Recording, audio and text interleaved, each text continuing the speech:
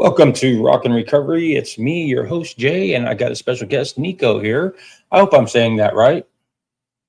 Nico's I good think, enough, yeah. I've been called a okay. lot worse. Yeah, me too. I think all of us have, and part of being an addict is, we already think less of ourselves. And, so we're covering up a lot. Let's just, it's still a learning process. We're always learning. I know I read your profile. You said you did time in prison also? I didn't do time in prison. No, no, no, no. No? Never went. Then, Nope, never went to prison. okay. Wrong bald-headed tattooed guy. Okay, well, I am the right bald headed tattooed and the head guy that did a lot of time in prison. So why don't you tell me a little bit about yourself and your story, and we'll just go from there. Man, that is a loaded question. Where do you want me Yes, it to is. start? This has been going on for a long time. Let's say that being an addict is more than being addicted to drugs. So, where do you want to take it back to? It's So how'd you grow up? you know, um, I grew up pretty typical family until my dad left. So my dad left. I was 14, and after that, I saw him a handful of time. By the time he died when I was about 29, and I think I saw him 4 or 5 times from the time he left when I was 14 to Wow. my later 20s. And yeah, within a year or so of him leaving, I was dropping out of high school. I was doing drugs every day. I was drinking. I was an alcoholic for a very long time, a very aggressive alcoholic too. Did it start in like your teen years? Oh yeah. I 14 to 15 years old is when I started playing around with drugs and alcohol. Yeah, 100%. Wow. Like when my dad was never really present when I was younger. Like I don't have a lot of memories of him being around. So it's But just you, your mom, brothers, sisters. my sister, my mom, myself, yeah. But yeah, when he left, for some reason, it kind of it leaves a line in the sand to just say It does. before and after. There's a good Mhm. reason why I talk about masculinity almost every day, and that's mostly what I'm known for outside of politics. But it's let's say that you always try to emulate. You try as a man, you try to have people to follow. What's a real man? Right. You're always trying to Right. A find role that model. Yeah. 100% somebody to look up to, somebody that you think is masculine. And back then that was in the 90s, so that's when rap really started getting popular. Mm. Well, at the beginning, so At the beginning. I idolize guys selling drugs, sleeping around, and drinking Right. every day. That's what I idolize, so that's MC what I Hammer, became. too legit to quit. I think I know those hand signs still. That's what I Yeah, grew up with. it's You just know, it when you don't have a father to kind of tell you what a man should be, you're gonna look for it. And what the hell did I know? I was 14 years old. What right, the hell did I know about what being a right. man was? And you start looking at all the wrong places, but you're gonna look. That is the common denominator. Is if there's You're not a gonna man find in what your you're life, looking for. Yeah, oh, because you don't know what you're looking for. So you're gonna find exactly. something. You're Yeah, definitely gonna find something. it definitely doesn't have to be the right thing. Normally, it's the wrong thing because if we don't have that role model and we go looking, any person in power or in authority that we want to emulate. So it's kind of hard going from having nothing to having the bad male role model.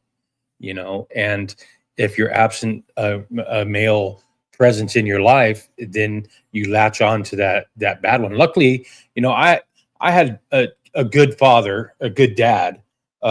He's not my father, but he was my dad. I consider him my dad. But then I had my grandpa to look up to too. And those are two. I lucked out in that area, but it didn't stop me from becoming an addict. you know Unfortunately, uh, but there's a very. strong correlation between the two. There's a strong correlation with men being raised without a father, being raised by single mothers, or being raised by not a good father, and drug addiction and Yeah. homelessness and people getting going to prison. Like it's something like 80 or 90% Wow, of drug that's insane. addicts. But I want to confirm the numbers as we're speaking, but there's an extremely high correlation between drug addiction, homelessness, and prison with men that were raised by single mothers or without a father present. Because Right. a father there and being present are not the same thing, right? Having a father in the house is not enough. He needs to No, be it's got to involved. be a positive male role model too. It could be your dad could be there, your father could be there, but he could be the wrong influence, and that correlation. I think is still going to carry on. Mhm. You know, 100%. 100%. it's got to be a positive influence. An influential male that you want to emulate. Just like we want our daughters to probably not be with somebody like their dad, but it, we want our daughters the same way. We want our daughters to have a strong male role model, a good one, to say, hey, this is what you need to look for in a person. And that's why we try to do the right thing. That's why we Yes. try. You want to have that strong role model, because at the end of the day, a father is the first love of his daughter.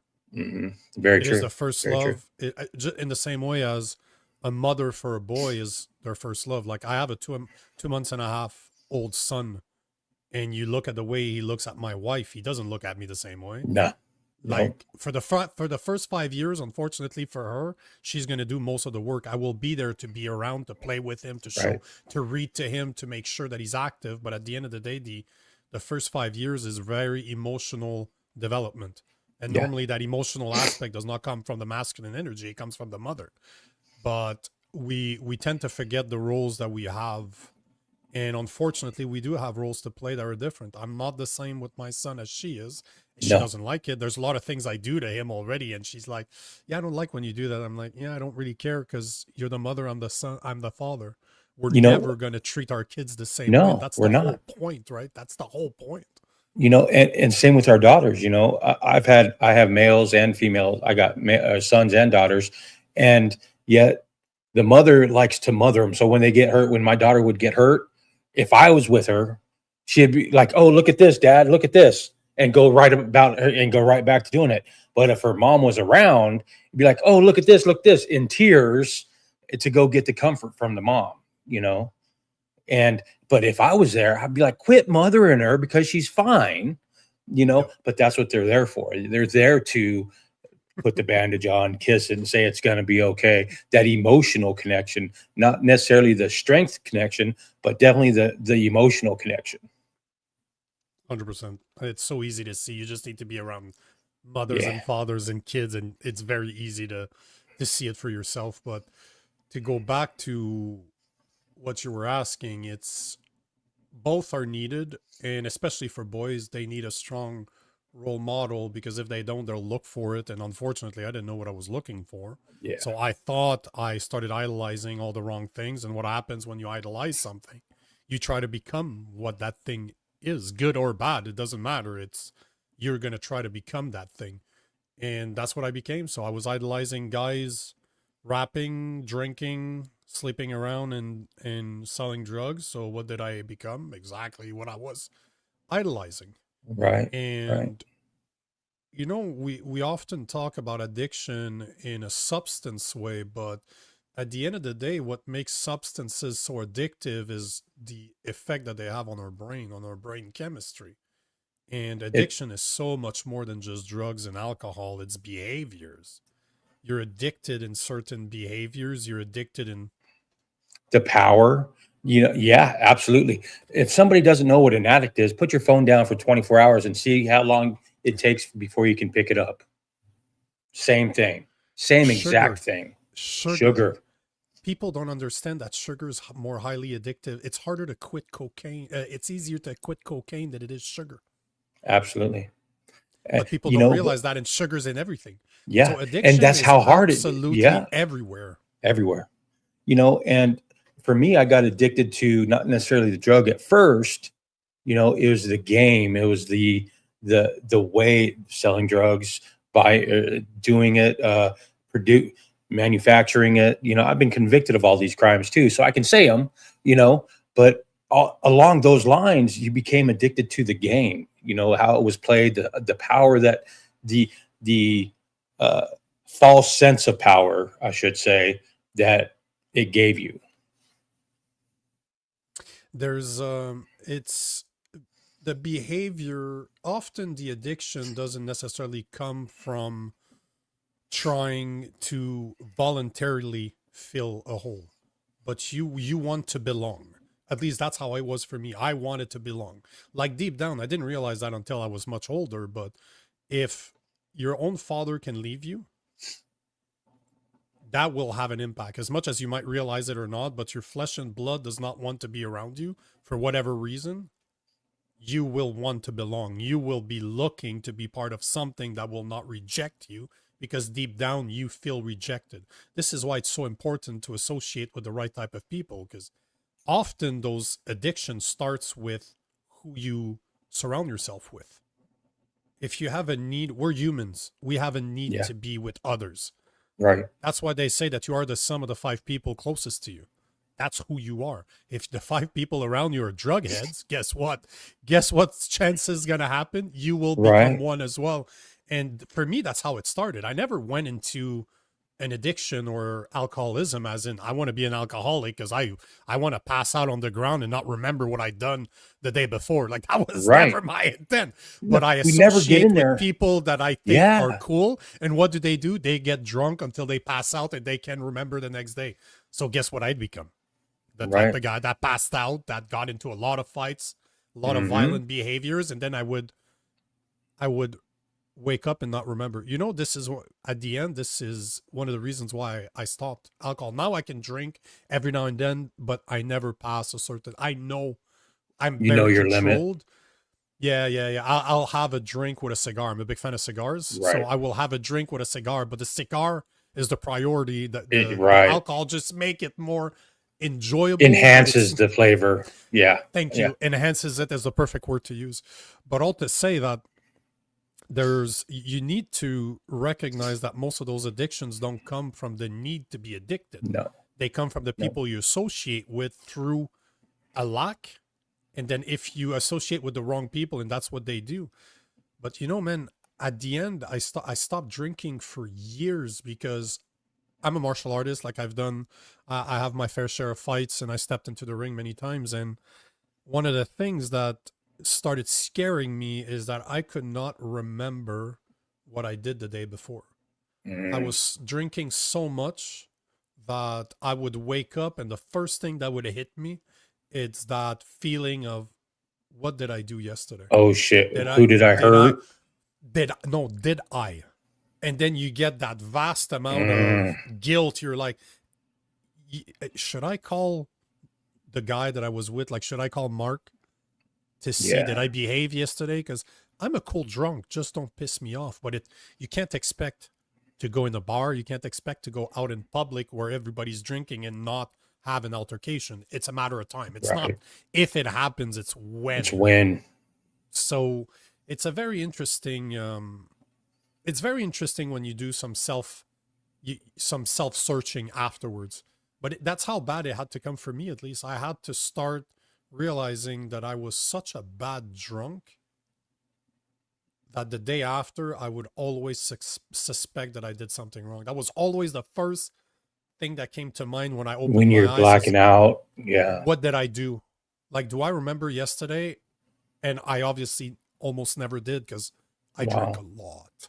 I drank a So lot. so going on that, when did you decide that this is not for me and I need to change my ways? When, because it's just a product of our environment. Addiction is a product of our environment, and it's also a side effect of how we cope with things.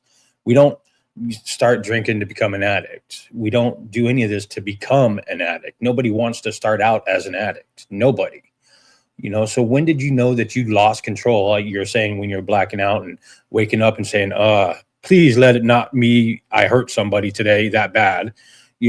So how did that look like for you? And how did you go forward from that? And when did you decide that enough's enough?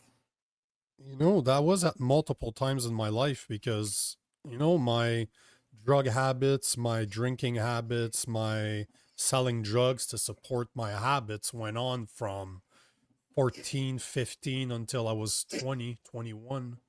So this went on and it only changed because I remember being on the floor of my apartment because I moved out of my mom's place. I was 17 years old. And I remember being sitting on the floor, getting evicted for like the third time in 3 years. My boxes are all packed. And I'm like, where am I going now? because I was not a good tenant. Nobody wanted to have me. I always got ejected Right. from everywhere. So I've stayed on people's couches. I've stayed in people's places because I couldn't get my own. And you know, I believe in God. I'm a Christian first and foremost. This is what I am. And back then I wasn't. Like I didn't grow up in the church by any stretch of the imagination. That's something that I was a Buddhist for 12 years before I found Christianity. But all to say that sometimes if you pay attention, God intervenes. I didn't know it back then, but I remember being sitting on the basement floor surrounded by my packed boxes, and I'm like, what the hell am I gonna, obviously the word was not hell, but I'm like, Right. what am I gonna do from here? And back then we had the flip phones, right? It's 20 years ago. Hmm. So Yep. I'm sitting The there Nokia wondering what flip I'm phone. yeah. And I'm just sitting there and I'm like, man, what am I gonna do here? And the phone rings, it's my mother, which we never had the greatest of relationship, my mother and I. I was a pretty belligerent kid. I was not a good man, and unfortunately the relationship even to this day is not the best, but she called just to ask me how I was doing, which is something she's never this is not the type of relationship I had with my mother. We didn't just call each other Right. to, hey, what's going on? How you doing? No, Right. that Just was to not the type. bullshit. Yeah. No, no, no, no, no. I was mostly a user, so if I called Hmm. hers because I wanted something. Hmm. And she called me and she asked me probably the most important question anybody's ever asked me, are you happy? And imagine me sitting there on the ground surrounded by my packed boxes and I have nowhere to go. I'm literally going to live on the street because I have nowhere to go. Hmm. And you have God intervening, telling, are you happy? Hmm. And that's a very tricky question because you can ask yourself that question every day for the rest of your life, and the answer will change depending on the day because happiness is based on your emotions, right? Right. And that's why being grateful is so important, and understanding Yes. your blessings is so important. But I'm sitting there, and simple question. Some of the most simple question are the hardest to answer. And that day, I went back to my mom's place. Like she offered me, she's like, if you're not happy, you can come back home. And that had never been brought up in a conversation before. This has never been a point that we discussed. So Right. the fact that's why I blame I'm gonna give credit to God on that one because it's not my mother. My mother is not Right. that type of person that would have called me out of the blue to offer me to go back to her place, considering the type of kid I was. I was not a good kid. Like I stole from my mother, I stole from my sister to buy drugs, I stole from people that would visit my mom. While they're in the Yeah. dining room, I'd go through the wall to take some money and leave. That's the type of person I was. I was not a good kid. You And know. you're asking me to come back? Yeah. This is the if you believe in the grace of God, that right there is what's described as the grace of God right Yeah. there. Because You know. It's funny that you say that because me and my mom, I was an addict for over 20 years, and I did off and on a little bit over since '99 in prison, since 1999 in prison. And so it's been 20 years, give or take. And throughout that time, I ghosted my mom. The only time she ever knew where I was when I was in prison. hmm, And she always would be thankful that I was there because she knew I was safe or safe enough, you know, and knew I knew how to conduct myself in prison. But since I've gotten clean and sober, uh, man, I came down to where I'm at now on vacation, close to my mom, and I moved less than a month later because you know what? I wanted to build that relationship again. And since that time, I was never trusted by my mom. Come on, I was the same boat with you. You know, I was a terrible kid. I was a terrible adult. I still am sometimes, you know, but not like that, you know. And but talk about some grace. She's trusted me with her car, her credit card, her condo. And, you know, I give her a lot of shit, you know, said, Mom, I'm going to throw a party. Go ahead, go on vacation. I'm throwing a party, but she knows I wouldn't do it. You know, that's not saying I'm not going to joke around with her and do it, but now she trusts me. hmm. It's different. It's a trust. It's crazy to talk about it because I've never had that with anybody, you know, wife, females, male friends, nobody, nothing, you know. And for my mom to show me that trust again. And because I've earned it, you know, you have to earn that trust back, and it takes a long time. But get that trust back. There is not a soul in this world that I would ruin that for. Come on, not one.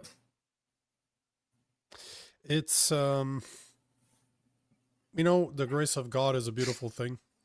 If Yeah, you know how to recognize it, because she had no reason to want to trust me again. She had no reasons outside that I'm her flesh and blood, but outside of that, that will only get you so far. yeah, That will only get you so far until the day you need to protect yourself. And but yeah, to answer your question, that day I went back to my mom's place and I stopped cold turkey. I stopped absolutely everything on that day. I stopped. Not only did I stop, like I was a smoker, like I smoked cigarettes, so I stopped smoking. I stopped weed. I stopped alcohol. I stopped all the drugs that I was doing. I stopped hanging out with the same people that I used to, that would enable that behavior. Not blaming them for my behavior, no, because this was me, but you enable that behavior by being surrounded by people that actually live that way. So I stopped everything. And to this day, it's funny enough, because this has been, well, 22 years, 23 years ago. I still don't talk to those people. Like some of them have reached out, right. but not really. Like they reached out because I have a massive audience online, and they often, my stuff appears on their stuff, and they're like, oh, Mm. I remember that guy. But outside of that, I don't interact with these people anymore. And no disrespect to them, I don't know what they've become. And unfortunately, it's a self-protection mechanism. It's not about them, it's about me. It's But also protecting them from you, though, too. Because yeah, let's feel a healthy isolation is not only protecting you. It's not only boundaries are not only for the neighbors; they're for ourselves too. You 100%, know, 100%. and without those, without learning our value and our worth, we'll let people walk over us. Without those boundaries, you got to stick to them.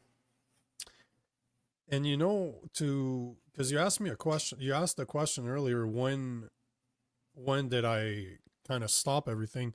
As much as I stopped, I've never really done drugs anymore. Like that's one thing. When that happened in my early 20s, like drugs, I stopped. I never started smoking cigarettes either. But alcohol is something I struggled way after that too, though. Because I didn't stop. I didn't realize that in my early 20s, I didn't realize I was an alcoholic. I was a drug addict. In my head, my problems were drug related. So alcohol is so much, 20 years ago, and I'm in Canada, I'm out of Montreal right now, but I spent half my time in the US, right? So there's a different culture in Canada when it comes to drugs, like weed, for example, which in Canada is legal. Like you can go to a Yeah, government owned store and buy, literally, man, I'm salivating going to a place like that, thinking about what I would have bought years if I was right. 20-year old, and being able to say, I'm going to have some of that. Some, I remember back in the days, you got whatever whatever your dealer had. Ditchweed. Yeah, That's what you had. You did not know what it would do to you, but you had to try to figure it yeah, out. Today, yeah. it's a completely different game, but there's the stigma is not there on alcohol. Most people drink. Hmm. I stopped drinking for years. Like I was fighting, so I couldn't drink either way. My diet was extremely restrictive for years. But even when I could, right now I don't drink with people anymore. Yeah, I will not. You might see me. My wife, that she's known me for what, 5 years now, maybe more. She's never seen me drunk. I don't even think she's seen me tipsy, because that's how I do not cross that line, because I don't know the type of drunk. This does not change. The type of drunk that I am does not change. right, This is just what I am. When I'm drunk, I need to be extremely careful. So most of the time, this is going right. to sound bad for most people, but I drink alone. But Yeah. I don't drink alone in a way that I'm trying to get drunk. You I'm don't drink sitting alone to outside. get trashed. Yeah, No, it's because I yeah, like cigars. So I'll be sitting right. outside on a beautiful day. Like today's a beautiful day, the perfect day to go sit outside with a cigar and a drink and just enjoy, listen to some music and just enjoy my cigar while having a drink. This is the type of drinking that I do now. Yeah. But man, I must have been in my mid 30s. So even like Wow. 15 years after that, because as much as I stopped when you stop hanging out with the people that you smoke with, drink with, and sell with, those habits tends to disappear. They because you're do. not the best thing I've ever done is disconnect from those people because the behavior was not there, and I could knowingly refocus my energy on get a high school diploma, go to college, find a job, build a career. So my addiction went from consuming to try to develop myself into a better person. Yeah. So I just refocused this energy, but I did not have the stigma about alcohol. I did not see alcohol like drugs. To me, there was they were two different things because they're socially acceptable. How many times have I been looked at weird to say that I don't drink? Because automatically, when you tell people you don't drink, automatically they assume you have a massive problem with alcohol. Hmm. But that's not necessarily that. Is how many times I was a sales engineer for more than a decade. So part of my job was to sit with people. I wore a suit, and some of my job was to sit with customers, and we'd party. It was all on the expense of the company. So nobody cared. We'd go to the Right. restaurant, we'd have drinks, you order bottles, you don't care. The company pays for it. But I Right. wouldn't drink with them because I can't trust myself around other people. I can't trust myself with alcohol. But how many it's more weird to hear somebody that don't drink than to hear somebody at a work function that's gonna get trashed. Yeah. So there's not really a stigma about around getting drunk. But No, there it's was about the back stigma about the not person not drinking. What's wrong with that person? exactly there's more of a stigma around not drinking than there is around getting smashed. Or what? You And too good to drink with us? yes, Yeah, exactly. actually, absolutely. I am actually too good to drink with you. Thank you. You know? Yeah. Yep. I know better. I know Yeah. better. So this is, man, this is something I, even when I stopped smoking, I stopped doing drugs, I stopped drinking for a while. The drinking was out of necessity. Like it was never out of necessity. Is It was social. just, it's just exactly, which is so dangerous when you think about Yeah. it because it's so addictive and it's so readily available and it's everywhere and there's no stigma around drinking. Oh, No. you mess around with your friends. You're like, they have a beer on a Tuesday or they have a drink on a Tuesday. You're like, oh, it's this type of week, eh? Or it's this type of day. So we even say it out loud that you're dealing Day with your drinkers. problems. It's 12 somewhere, Yeah. but it's just interesting to see the difference and the how society perceives alcohol. And now in Canada, weed is so readily available that Yeah. weed is not even, people don't even see weed as a drug, as an No. addictive drug. But at the end of the day, it is. You can debate me all you want. I Absolutely it don't is. know any guys that just smokes every few months. When No. you're a smoker, you smoke all the time. All How many day. people do I know? How many people do I know in business that are functional alcoholic and functional drug addicts? They know that during the day they can't drink, they can't smoke, but how many people do you know that smokes every night before going to bed? Yeah. Because it helps them sleep. No, it helps you deal with your problem. You Right. numb your mind in order to be able to sleep. The And when problem you is get not, cranky because you're not, that's your habit right there. When you start uh-huh, getting irritated because you can't find the time to go do something, that's your habit right there taking over saying, hey, I need this, you better come help me. I need to take 10 minutes, I'll be right back, I need to run to the car. you know that's your habit, that's your addiction saying, please, you need to feed your habit. and we have humans are addicted to one thing or another. It's just a matter of are your addictions healthy or not. Healthy or not, yeah.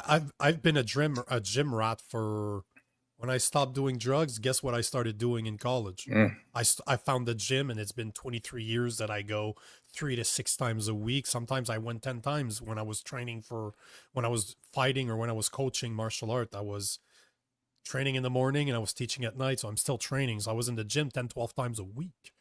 But yeah, that's an addiction too. Is just is it a healthy addiction or it's is it a healthier. destructive? Yeah. But Yeah, how do you feel if you miss a gym day? it doesn't bother me as much anymore. It's but at the same time, the reason I use the gym is not necessarily just to keep in shape, but I also am a very aggressive person by nature, and Right. alcohol exposes that. I Yes. think that alcohol really shows what the type of person that you are when your boundaries have been erased, when there's no more No filter. The filters, inhibitions. Yes. perfect word, inhibition is the exact word I was looking for.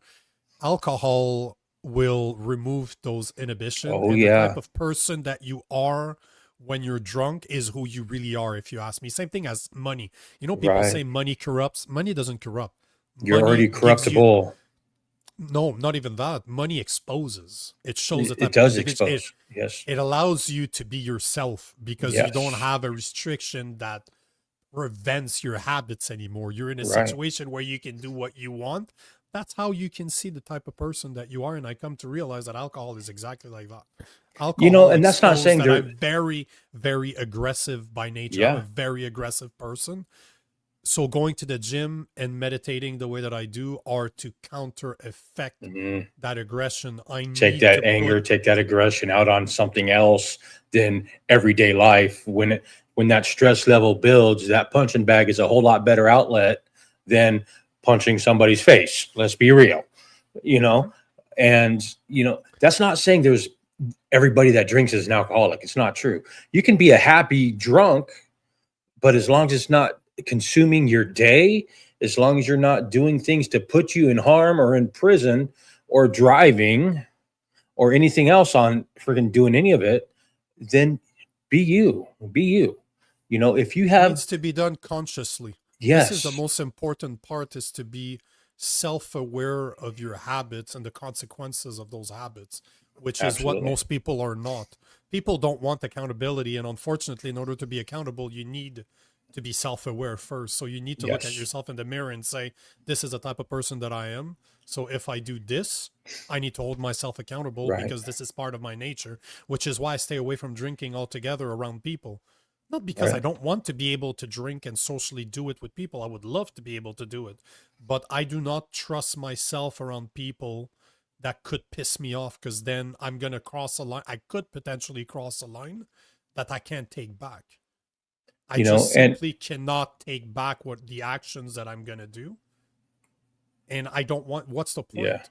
So I'd right. rather, man, it sounds so bad when I say it, but I'd rather It's drink it's not. alone. I understand. Yeah, No, I the understand drinking it. alone sounds Oh yeah, bad. that sounds terrible. All right, you day drinker, you. Yeah. Yeah. So, but at the same time, I don't really hang out with people that drink a Right. lot. I don't party. I don't. You're not I'd going much to the rather. bar and hanging out at the bar. Oh, it's just because I like the food there. You're not No, no, doing no, no, that. no. It's no. And let's be real. Anybody's recovery process, anybody's way to stay off of what their problem was, more power to them. I don't care who you are. If you're judging somebody else for their recovery journey, you better take a deeper look at yourself, because they're doing the right thing. How right are you?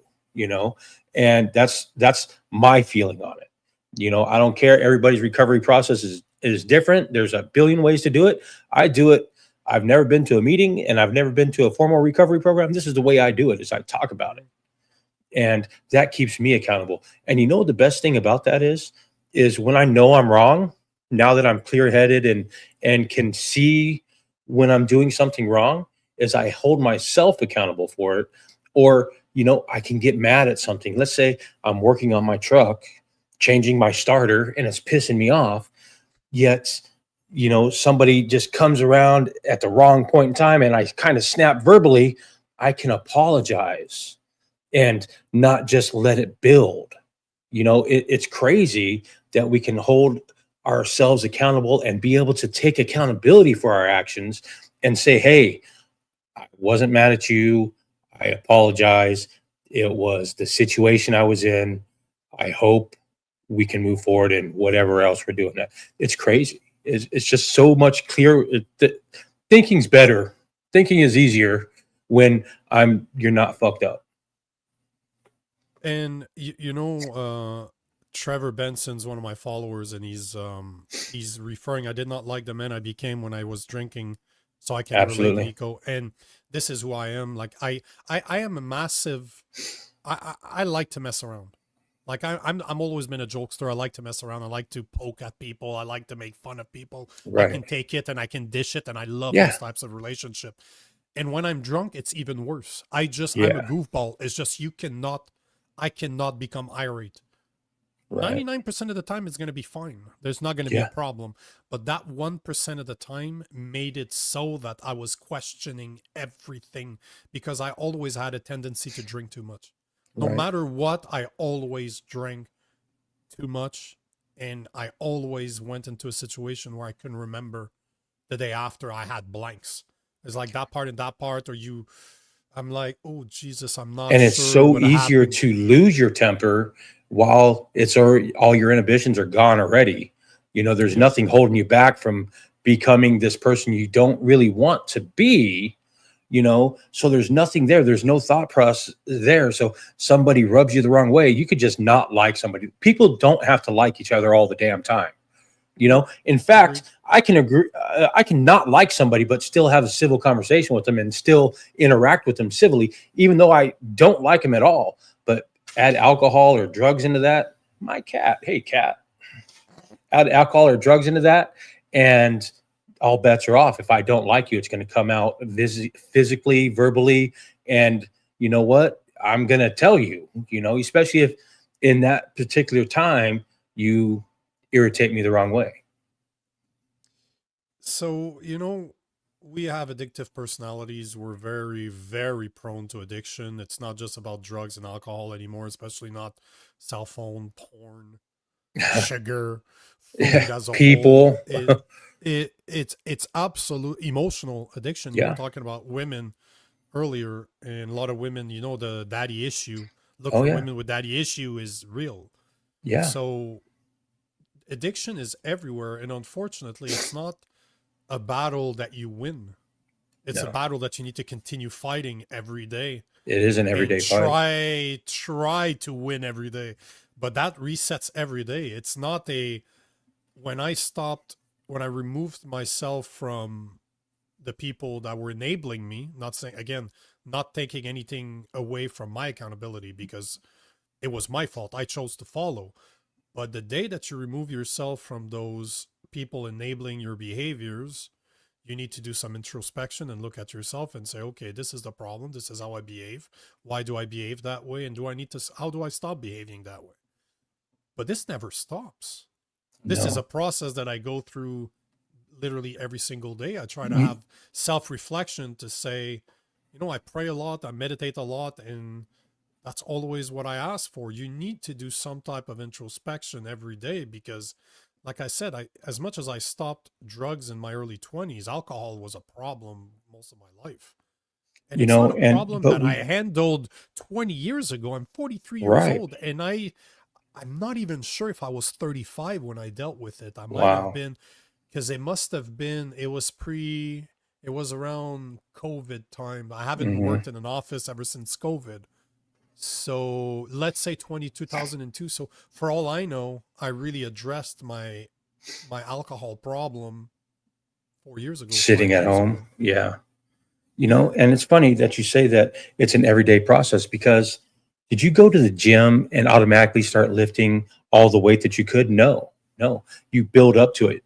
And the process is it becomes easier. The weight becomes easier. It doesn't become, I should say, it becomes less difficult. It's never easy, but it becomes less hard, you know? Sure. And it's just we build that muscle we build the reflexes, we build uh, that new habit, we form new habits going into sobriety. So that you're not good in public when you have one or more drinks. So what do? You smoke your cigar and you sit at home. Plain and simple. Let's dip that sucker in the whiskey. All right, cool. We're good. You know, and that's all it takes, Self-awareness. though. Yeah, it is Self-awareness. But that also practice, means self-awareness, you know? a lot of time spent by yourself though. I can Yeah. tell you that that is a hard reality. Once the more self-aware you become, the more accountable you are to your actions, the more life becomes Yeah. hard. As in if you're because I'm an extrovert, right? So I'm used to Mhm. being pre-COVID, I would literally my schedule was 5 o'clock, 4:30, let's say between 4 or 5 I'm up. I read, I pack my gym, press a suit, put that in the car. Wherever my first customer meeting was, I would find a gym that was close to there. I'd work out, take a shower, change, go to my meetings. At night, I would go back home, drop my stuff, have a nap. Then I would teach martial art from 6 to 9, 10 at night. That was my schedule 5 times a week. And I would do similar stuff on Saturday. I would just be at the gym too. So that was my Right. life. Since And COVID though, we became an introverted people. We really have, because that anxiety now, you know. it, it's not even that. It's, in 2020, when this whole happened, I knew what it was about, and I'm not going Right. to cause problems for your YouTube You channel. say So, what you, I don't care. I no, no, really but it's, don't. This is I saw that gotcha. coming. Like, I'm a conspiracy theory. I'm a Yeah, you're conspiracy good. theorist. I saw it from the get go. So am I. So, but what ended up happening is that I had an investment house in the middle of nowhere, like a log house in the middle of the forest, and it was on Airbnb. I was never there. I had somebody clean it. I was handling the booking, and I was just telling her when she needed to be there. And but when COVID happened, and I don't know where you're from, but in Canada, there was, especially where I'm from in Quebec, there was a lot of restrictions. So I was, Colorado. yeah. So, well, there you go. So you know what I'm talking about. Oh I yeah. was, yeah, I traveled over 30 states in the past 3 years in an RV. So I spent some time in Colorado. We were just outside of Boulder. That's Um, where I grew up, actually. well, there you go. And Again, big I live in conspiracy Florida theory. now. Yeah, I live in Florida now. I understand. I Thank you. highly loved Yeah. DeSantis during COVID because of the way he handled it, and he gave Yes. options to people. You want to get Yes. vaccinated? They're available. You don't? Yep. You don't need Okay. to. You want to wear a mask? No problem. You don't? Okay. Yeah. No problem. You want to Okay. teach? You want to learn from home because you don't want to go to school? No problem. You want to go to Sure. school? No problem. That's Okay. how it should be. Yes, absolutely. But what happened in Canada, because it was so restrictive and I refused to take the vaccine, I lost my career. But I also Wow. spent, at the beginning, when they were starting to put those restrictions in place, I lived in the city because that's where my customers were. Mm. But once we started doing everything online, when we weren't going to people because we had to stay in our bubbles, and I Hmm. lived alone, so I didn't have a bubble. Yeah. I had myself and my dog. There was no other bubble here. So I just got rid of my place in the city and I moved to the woods. So for now, I ended up staying there 2.5 years. 1.5 years was basically by myself, and there's a lot of interest, but there's no lying to yourself. Like when I No. made the decision to move to the woods was probably the scariest thing I've ever done as an extrovert, because I'm always surrounded by people. At least back People. then I was always around people. Now I was making a conscious decision to say I will go live by myself in the woods because that's what I need. I need to find what the hell this thing is. Right. And but there's no lying when you're alone. You can't lie to And it's yourself. hard to know who you are if you're in addiction. It's hard to really know who you are, because you're masking, you're putting on a face for everybody else, and you're coping with it with addiction, with it, whatever your drug of choice is, your DOC is, whatever it is, you're using that to get through the day as a coping mechanism. So you really don't know yourself very well until you get off that. And then you don't have to, you got to forget that you ever were, learned all this new shit, how you freaking, a new way to cope with things, a new way to feel your emotions, and a proper outlet for them. And that might take as long as it took, it might take just as long, because you masked this whole time, you dealt with it a certain way this whole time, and now you're not, and have to learn a new way. That's hard. That's hard. There's another portion to addiction that I think is disregarded too many times, is that at one point you need to get over it. Yeah, You need to accept absolutely. the fact that I was an asshole. I've done a lot Yeah. of bad things in my life. My sister will never forgive me for what I've done, even though it's been more than 23 years. She will always see me as that person. My mother, Yep. same thing. To this day, she still sees me as that drug addicted thief that's done Hmm. everything wrong under the sun, right? But they will never cross that bridge. It will always be in the back of their psyche that that's how he is. That's who, in their head, that's who I truly am. Right. And there's no changing that. You need to accept the fact that this is never going to change and it's not on me anymore. That doesn't belong to me. I'm not that guy Right. at all. But that my job's not to convince them that I am. And I think that's No, one of the biggest problem with it, with recovering addicts, is that yes, you need to do amends. You need to make amends with people and tell them but not if everybody's you going to forgive you, and not but everybody's going to forget either. oh, you should never forget. You should No, forgiving, and at the end of the day, forgiving has nothing to do with others. it does not. Forgiving It is does not. selfish. It Forgiving is is about forgiving for yourself. me That's where it self. comes back. Yep. Put it out of your brain so that it Yeah. doesn't matter to you.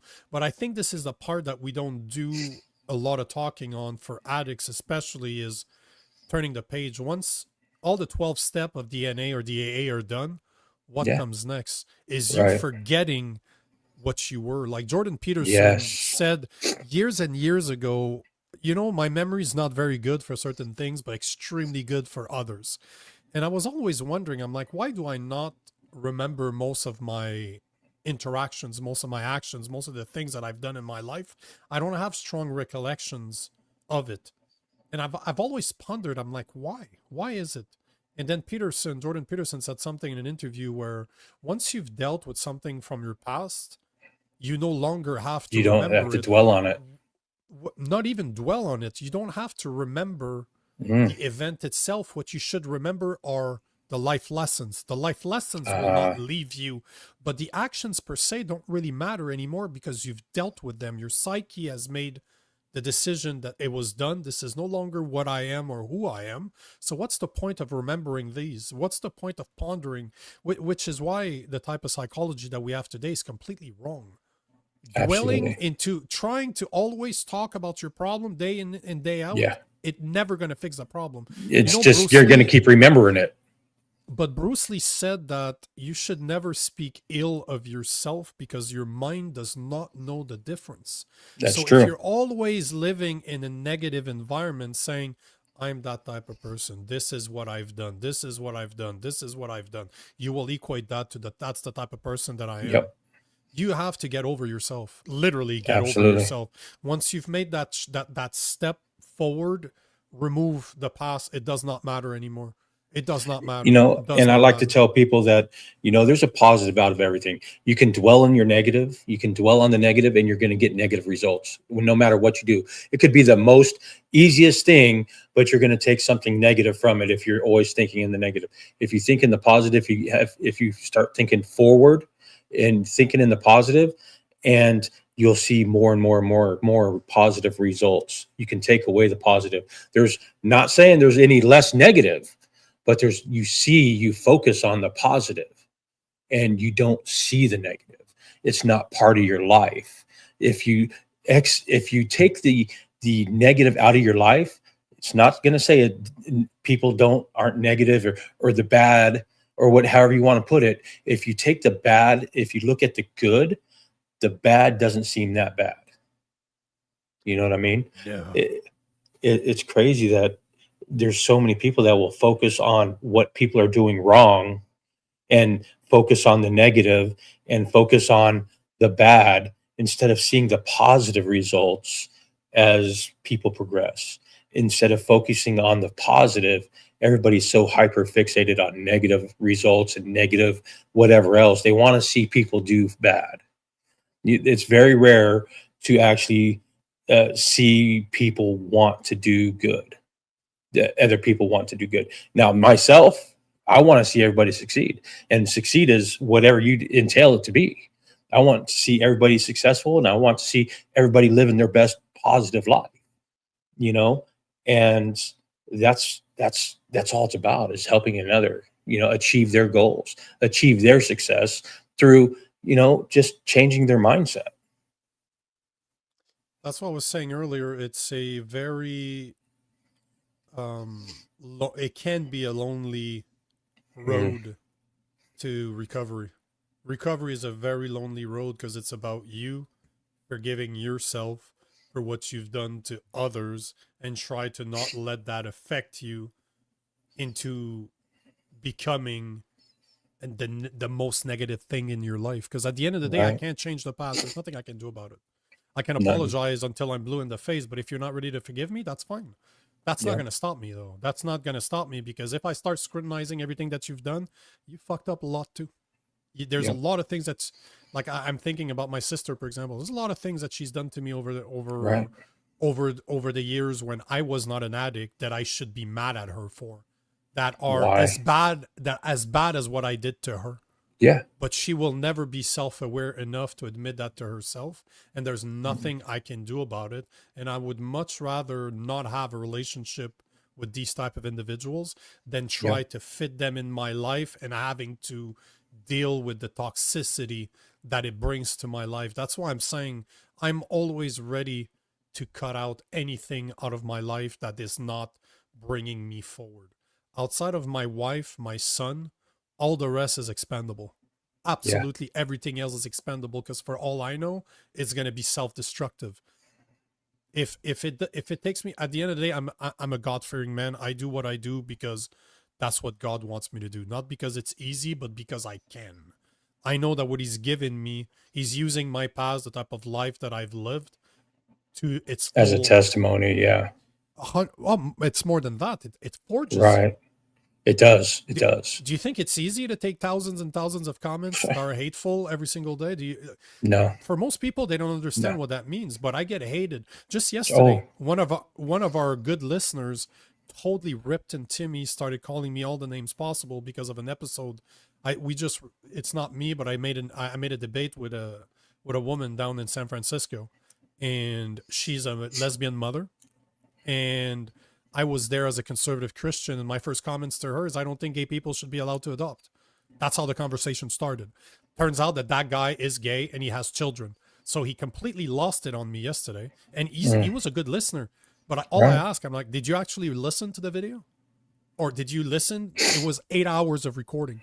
Did you listen Yeah. to the 1.5 hours, or did you just listen to the To clickbait 10 the one seconds? little sentence. Yeah. It's the first thing. As soon as you click on the And they video, it take it is out me of saying that. context. Yeah. Of course. And it's out of context. Everything we, especially media, and especially people that are just snipping for their own, to prove their point. Let's be real. If you've read the Bible, I've read the Bible many times. You can make it fit whatever you want it to fit. There's enough verses and phrases and words and sayings here or there or this, that it's the most contradictory book, but it's all still the way you perceive it. So in our conversation, if you said something and somebody says, oh, he doesn't agree because, oh, listen to the full context, pay attention to body language, the full context, not just a part that you don't like. And it goes same in addiction and recovery. Pay attention to everything, not just the parts that you don't like. But it says a lot about him. That's the thing. Yeah. This is what it bothered me yesterday, that because he started attacking me in the comments as I was having a conversation with my co-host and a guest, and it's fine. Yeah. Whatever. At the end of the day, whatever.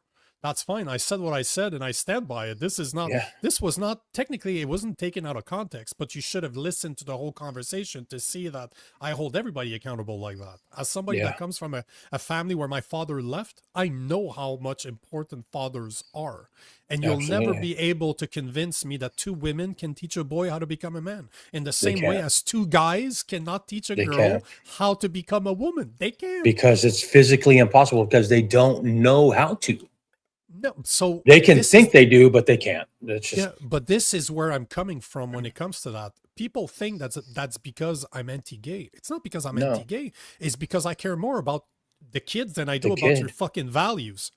Absolutely. Like at the end of the day, and I told the woman, I'm like, you guys want children as an accessory. Your views, your wants are more important than his. This is the problem that I have, is that you guys put your wants before his needs. Yeah. And it's about that kid, not about you. It's about them. Absolutely. Whatever else does not matter. My son right now, it's up to, I need to do stuff for him first and foremost.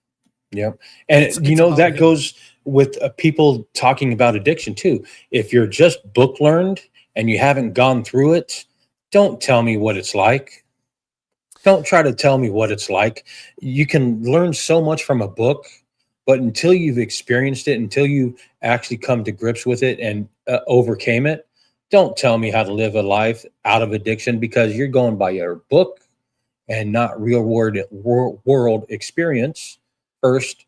And it's just crazy. It's just, But at the that's same why time, you need most. to be careful. But at the same time, Yes, you need to be careful because you need to be open to having the conversation. absolutely, And absolutely. this is what the most important thing, because technically I never had to speak about this because there's nobody No, else out there. If you start looking right now, you're not going to find other guys that are talking about the stuff that I talk about. It's not because they're easy.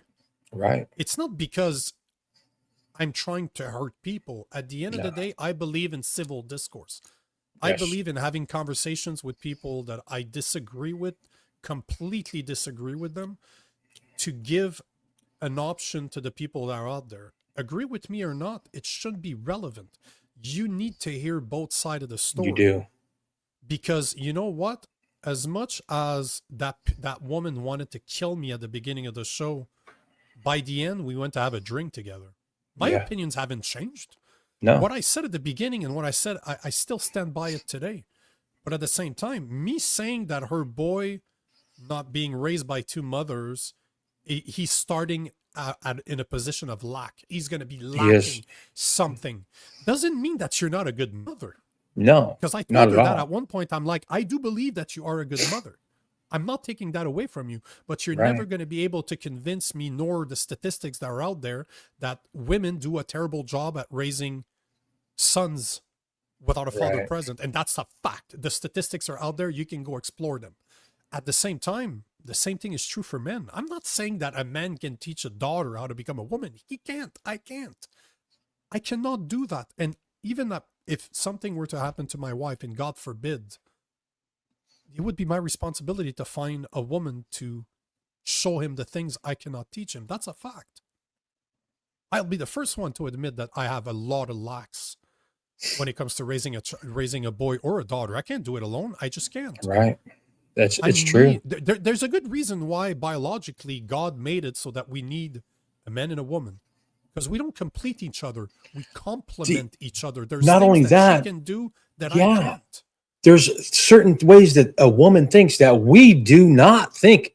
It's physically, mentally impossible for us to think that way, because we 100%. don't look, we don't view the world in your eyes, just like, we come from two different backgrounds, but we can come together on one thing.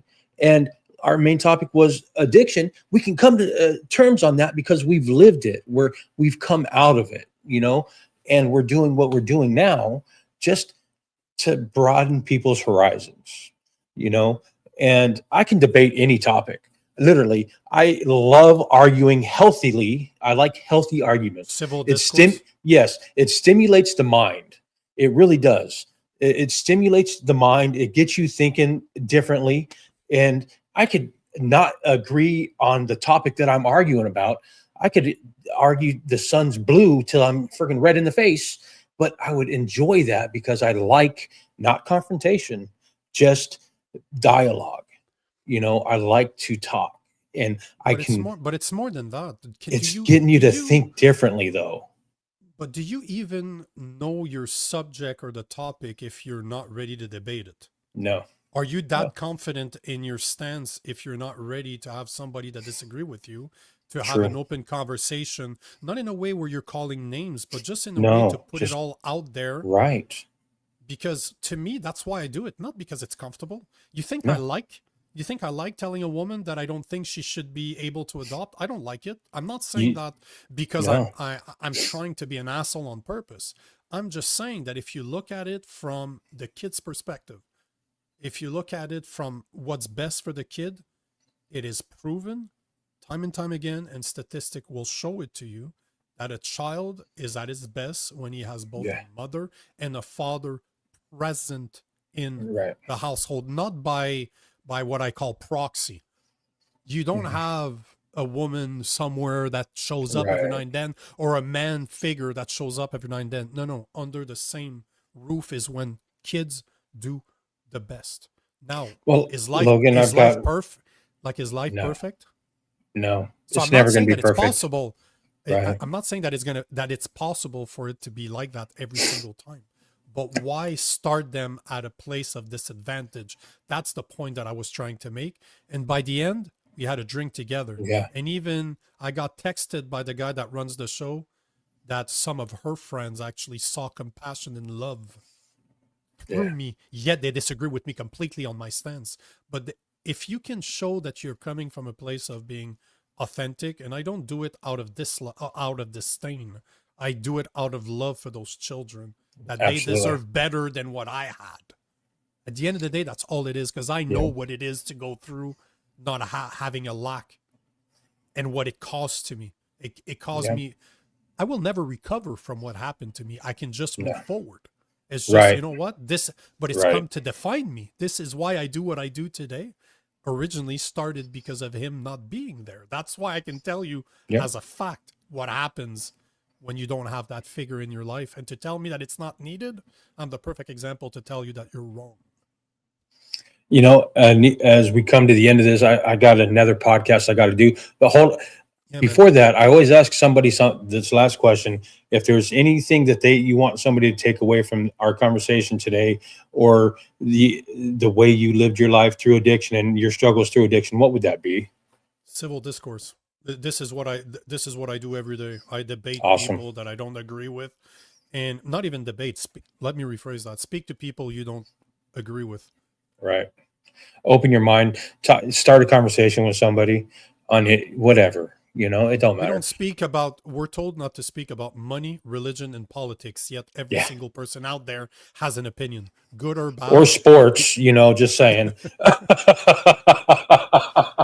but embrace the hard conversation, because that applies to addiction and it applies to life as a whole. If you're able to have conversations that are hard, everything else is toned down. Everything else is easy, because you know how to handle hard conversation, especially with people that don't agree with you or you might not even like. Absolutely. I appreciate you taking the time to come on this show here. And anytime you want to do it again, let me know. I'm open for it all the time. You tell me, man. I record every day, so I record at least once a day. So do I. Sometimes 3 or 4 times a day. It sucks, but I'm starting to like it a little bit. I love it. But I appreciate your invitation, man. Absolutely. And I hope to talk to you later soon. Sounds good to me, brother. Enjoy the rest of your day. Bye to the commenters and listeners out there. And keep rocking your recovery.